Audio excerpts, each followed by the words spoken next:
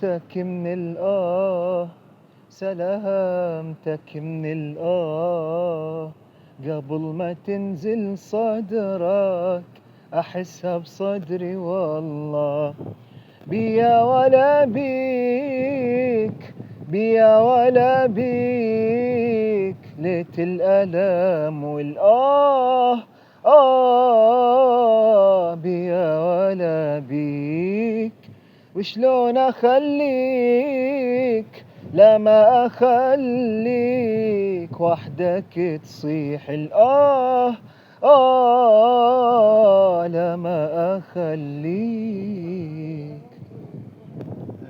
الفنان منتصر أبو بكر، احنا من داخل دار الأوبرا، وطبعا حضرتك من نجوم مركز تنمية المواهب. بنرحب بيك على اليوم السابع، وعايزين نقرب منك شوية، عرفنا عليك شوية. أهلا وسهلا بحضرتك، وأهلا وسهلا بجريدة اليوم السابع، وتشرفت جدا والله باللقاء معك. أنا عايز أتعرف بيك، أنت حط مين؟ والله اسمي منتصر أبا بكر، هاوي الموسيقى والشعر والتلحين والكتابة، وأحد أعضاء مركز تنمية المواهب بدار الأوبرا المصرية. منتصر، أنا شايفك بسم الله ما شاء الله متألق في حفلات مهرجان الموسيقى العربية، ولغاية دلوقتي مثلا عملت حفلتين أو ثلاثة، ولسه في حفلتين. فكلمني على يعني أنت منضم إمتى، من إمتى في مركز تنمية المواهب في الأوبرا؟ صحيح، بلا شك طبعا. تاريخ الانضمام كان بتاريخ 4 أكتوبر، وما شاء الله تبارك الله يعني ما كملتش الشهر؟ لا لسه ما كملت شهر أبدا، ويعني بفضل الله ثم الاجتهاد وبفضل توجيهات الدكاترة معانا هنا في المركز، ما شاء الله تبارك الله ربنا وفقنا، ويعني قدرنا نعمل حاجة كويسة يعني منتصر، كبداية. اللي يسمع لهجتك كده يحس ان انت مش مصري، بس انا عارف ان انت مصري بس مولود في السعودية وعشت ايام كتير في السعودية. صحيح بلا شك طبعا. فكرت ليه ترجع مصر وتبتدي من دار الأوبرا؟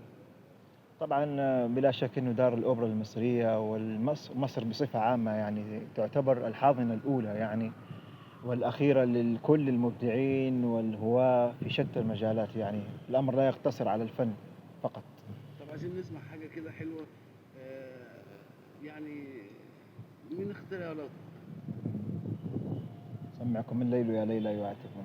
صراحة احنا ليلى يا ليلى احنا زعنا او نزلناها عندنا، فممكن جميل.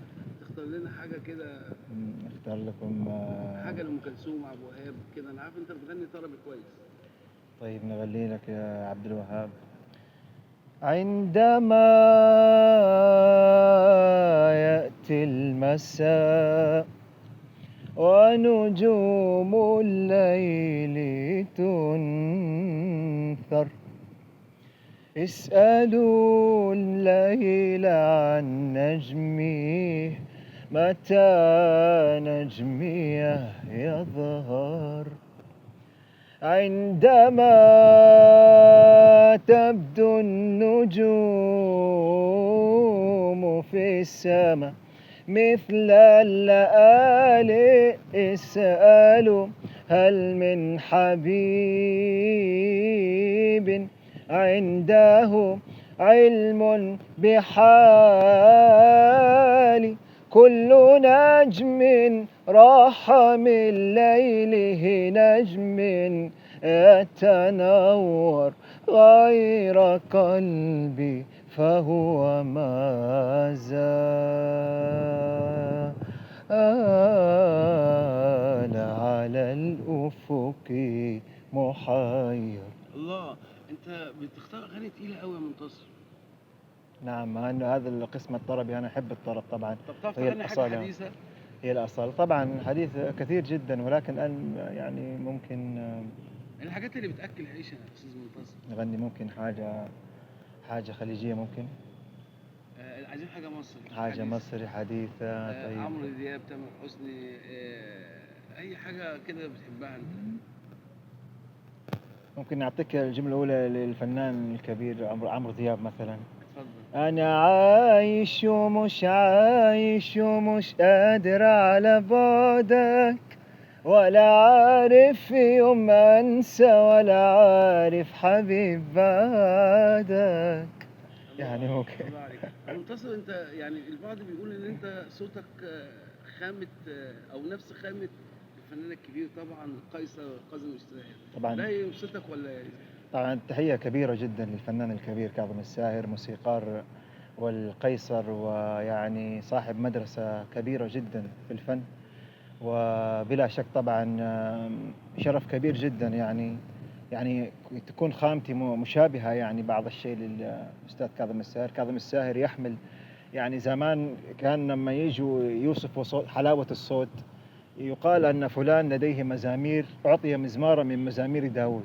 أما كاظم الساهر فإحنا في التوقيت الحالي يُقال هذا الشخص أُعطي مزمارًا من مزامير كاظم. يعني ما شاء الله حنجرة الأستاذ كاظم الساهر ومدرسته ممتدة يعني، وإحنا من الذين تعلموا يعني في هذه المدرسة طبعًا بلا شك، بكل فخر يعني. قُل لنا حاجة تاني بقى لكاظم بقى، عبارة الشط مثلًا. طيب ممكن عبرت الشط.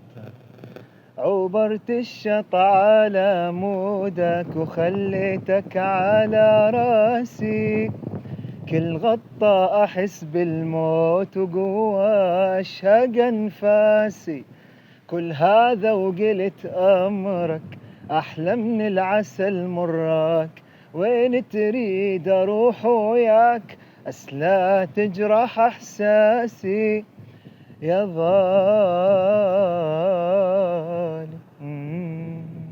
الله عليك، نورتنا ونشكرك جدًا وبالتوفيق، وإن شاء الله نشوفك في أعلى أماكن في الدنيا. حابب أوجه الشكر نهاية أنت إذا تسمح لي طبعًا لكل القائمين على مركز التنمية طبعًا، ابتداءً من الأستاذ والدكتورة لمياء زايد الفنانة الجميلة، ومعلمتي القديرة الأستاذة والدكتورة سهير يعني اللي أنا أتشرف جدًا بها، وأستاذ سامح صابر، والأستاذ إيهاب عباس، والدكتور سامح صابر.